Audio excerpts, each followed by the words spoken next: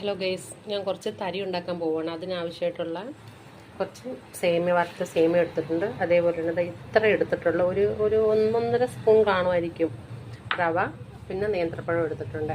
അപ്പം നമുക്ക് ആദ്യമേ വെള്ളം ചൂടായിട്ടുണ്ട്, അതിൻ്റെ അകത്തോട്ട് സേമിയ തട്ടാം. ഞാൻ സേമിയ തട്ടിയായിരുന്നല്ലോ, സേമിയൊക്കെ വെന്ത് ഇതായി ഒരു പരുവത്തിലായിട്ടുണ്ട്, നല്ല വെന്തിട്ടുണ്ട്. ഇനി നമുക്ക് ഇതിനകത്തോട്ട് ആ റവ ഇട്ട് കൊടുക്കാം.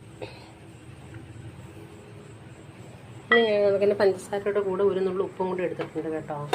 പിന്നെ ഇതിനകത്ത് നമ്മൾ പാലാണ് ഇതിനടുത്ത് ചേർക്കുന്നത്, പാല് ചേർക്കാം. പിന്നെ അതിനൊക്കെ ഏലക്കപ്പൊടിയും പിന്നെ അണ്ടിപ്പരിപ്പ് മുന്തിരിങ്ങ ചേർക്കുന്നവർക്കൊക്കെ ചേർക്കാം. പക്ഷേ എനിക്ക് അതിനോടൊന്നും വലിയ താല്പര്യമില്ല.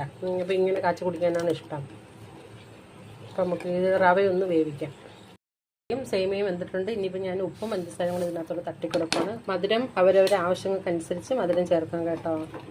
മധുരം അവരവരുടെ ആവശ്യത്തിന് എങ്ങനെയാണ് തോന്നുന്നത് വെച്ചാൽ